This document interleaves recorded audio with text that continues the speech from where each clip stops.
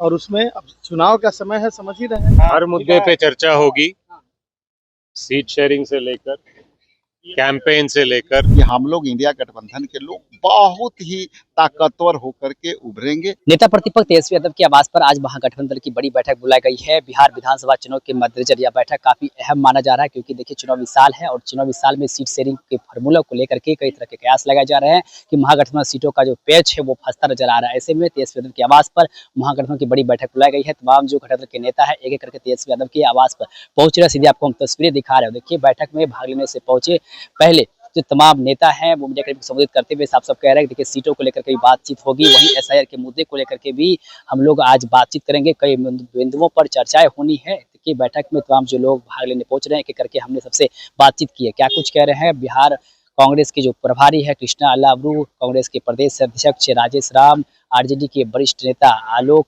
मेहता के साथ साथ भाकपा माले के जो नेता है, तमाम घटक के नेता क्या कुछ कह रहे हैं इस बैठक को लेकर, सबसे पहले आपको एक एक करके तमाम नेताओं के बयान को सुनाते हैं। आज रूटीन बैठक है और मतलब समन्वय समिति की, और उसमें अब चुनाव का समय है, समझ ही रहे हैं।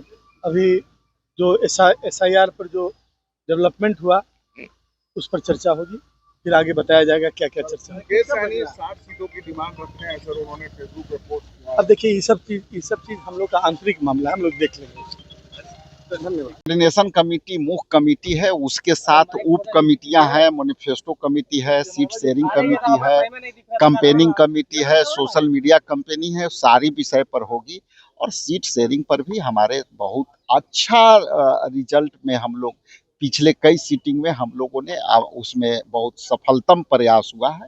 आज भी हम लोग कोशिश में है कि वो सफलतम प्रयास रहे, और हम आने वाला समय में इतना जरूर कहेंगे कि हम लोग इंडिया गठबंधन के लोग बहुत ही ताकतवर होकर के उभरेंगे। आपस में हम लोग को कोई भी किसी भी विषय पर कोई गतिरोध नहीं। तो मुकेश सहनी 60 सीटों की डिमांड कर रहे हैं, गठबंधन में कोई देखिए मांग यदि गठबंधन है और गठबंधन के अंदर यदि है तो मांगने का हक सबको है, मुझे भी है, उनको भी है, आरजेडी को भी है, और माले का है, सीपीएम एमएल का है, सबका मांगने का हक है। इसमें बुरा क्या है? अच्छा है, मांगना चाहिए। मांगेंगे कहाँ? एनडीए से थोड़े मांगेंगे, मांगेंगे तो गठबंधन के अंदर ही मांगेंगे। आज बिहार के इंडिया गठबंधन दलों की बैठक है। ये बैठक रेगुलरली हो रही है और चुनाव के इर्द गिर्द जो भी काम है, रणनीति है, कार्यक्रम है, उस पर चर्चा होगी और आगे कैसे बढ़ेंगे उस पर निर्णय होगा।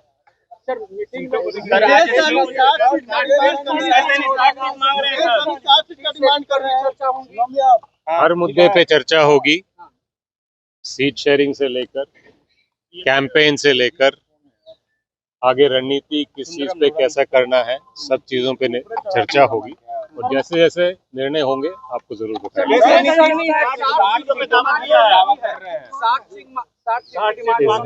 इस बार कांग्रेस और इंडिया गठबंधन के सारे दलों ने ये निर्णय लिया है कि 243 सीट इंडिया गठबंधन लड़ेगी।